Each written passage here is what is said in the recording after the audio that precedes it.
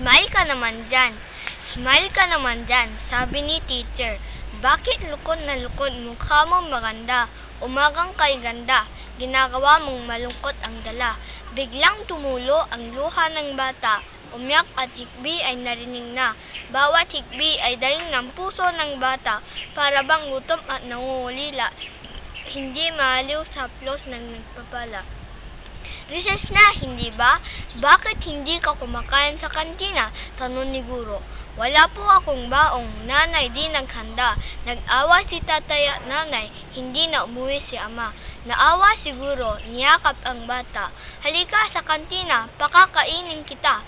Pinunas luha sa mata at inalo pa, upang mapawi lungkot na dala niya.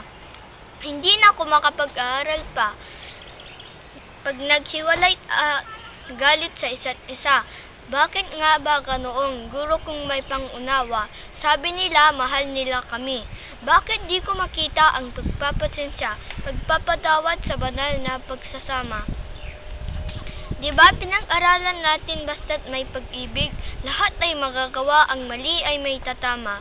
Pagkat ang Diyos ang kasama ng pamilyang nagmamahal, tanong ng bata. Naku anak, totoo yang mawalan ng pag-asa. May darating katulong mo, ang United Way na kaibigan natin.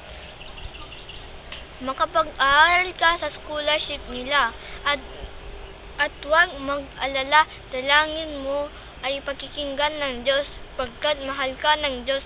Pamilya ay pagpapalain niya. Salamat mahal na guro sa antabay mo. Salamat sa dalangin at United Way na ipinakilala. Ngayon alam ko may kasama na ako upang magkaisa si ama at ina. Mga kapatid ko, dala ang ngiti ng United Way para sa pamilya.